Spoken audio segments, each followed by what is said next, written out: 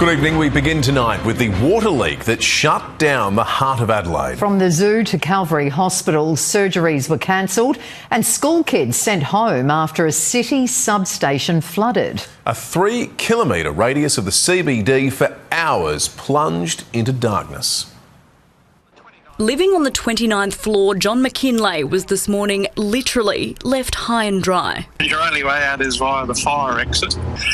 So yes, you're pretty much trapped. His building was among hundreds cut from power and water at 1:45 after a massive water pipe burst in Grenfell Street, flooding a major substation. This substation supplies around 1,200 customers throughout the Adelaide CBD. Our usual bustling central business district brought to a standstill. Very rare. I've never seen this. I've seen buildings, our building probably, but never seen anything like this. From office towers and streetlights to shops, pubs and cafes, the blackout was widespread. Even school students were told to stay home and elective surgery called off. It's certainly a fairly unique situation. This is a larger than normal water pipe. A Coles loading dock was inundated, so too was Peter Shearer Menswear. So we've been pumping and reducing that water level.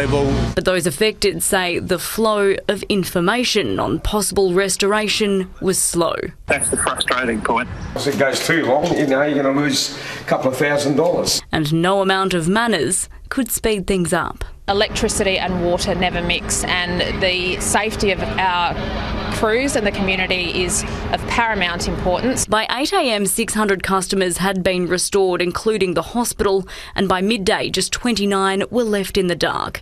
Many had to be rerouted to other parts of the network or connected to mobile generators because the substation's likely to be out of action for some time. It is impossible to say at this point what kind of damage we're going to encounter. Anger now turns to SA Water with questions around whether this could have been prevented. We have a smart network within the metropolitan area that gives us typically early warning. That hasn't picked anything up in this occasion, so it looks as though it's been a fairly immediate break. Yeah, that's going to be tricky. There's going to be a lot of disgruntled punters, that's for sure.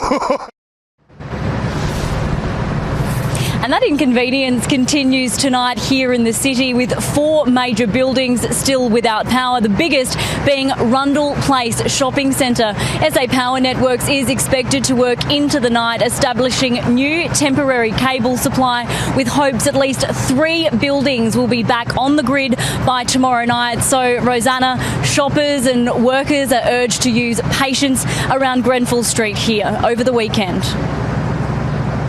All right, thank you, Kim. And the blame game has already started. The opposition accusing the government of neglecting ageing infrastructure. Bear in mind at the same time that the dividend paid by SA Water to government has never been higher, and we see these leaks and breaks just going through the roof. We're investing a lot more money in these things, and we respond to where we get breakages.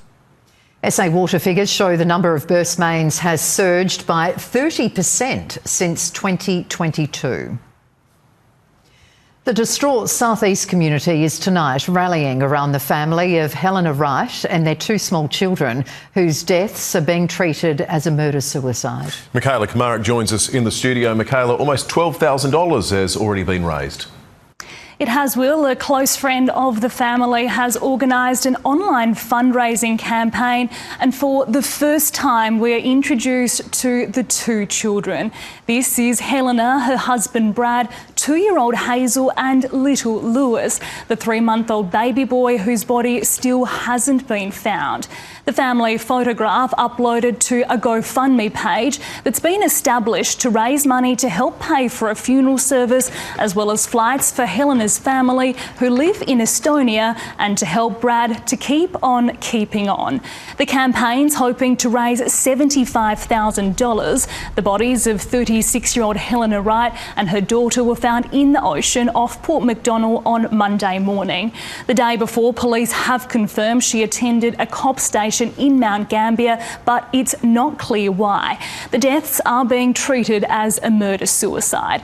The Friends message says we are left with Brad and his amazing family to keep moving on. It also references their strong religious beliefs. The pair had close connections in Denmark as well as the US, who are all reeling from this awful tragedy. Thank you, Michaela. And if you or someone you know is struggling and needs help, contact Lifeline on 131114. 2 people have been stabbed by a man wandering the streets of Salisbury Downs armed with a homemade weapon. 7 News cameras were there as police pounced on the suspect, drawing a firearm and a taser. A husband and wife taking their dog for a walk are approached by a man wielding a homemade weapon and stabbed. An 81-year-old is punched and falls to the ground. The suspect moves on to menace a woman down the road, right in front of a 7 News crew covering a fire. Hey, you didn't go. Hey, help me. He's got... Stop! Stop! Stop! Stop! Money! I had no money! I actually thought he was going to stab me because he just kept... I kept stepping back and he kept following me. Officers caught up with him at a nearby service station, drawing a firearm and a taser before pouncing. The 29-year-old has been charged with a raft of violent offences.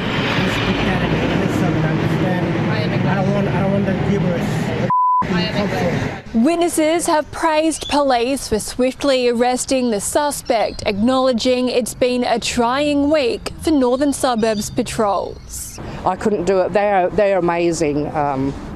And I just, thankfully we have these lovely brave people, men and women, that do help us. The accused will spend the weekend behind bars ahead of a court appearance on Monday. Lauren Rose, 7 News. In a stunning backflip, a notorious anti-vaxxer jailed for scalping a pregnant police officer is back in custody just days after being released 10 months early. Let's go straight to Deanna Williams, who's at Northfield for us. Dee, Raina Cruz appears to be her own worst enemy. Rosanna, Raina Cruz is tonight back behind these prison walls, and it's all because of a social media video that she posted from her Western Suburbs home boasting about her early release. Hi everyone, it's Raina here, back home, out of prison. I just wanted to post a little video and just say thank you to everyone who supported me. These are all the letters that I received. It's good to be back, good to be home. The video is a flagrant breach of her home detention conditions. The 40-year-old was found guilty of assaulting Constable Anthea Beck in Rundle Street in 2021. Her suspended sentence was overturned on appeal and she was ordered to serve a jail term with a non-parole period due to expire in June next year. Senior police have welcomed her return to custody, but questions remain as to how corrections staff approved her early release in the first place. Will? All right, thank you, Dee. The bird flu outbreak's taken a worrying turn with a suspected case found in a seagull in Robe. If confirmed, it will be the 3rd species of bird infected in South Australia.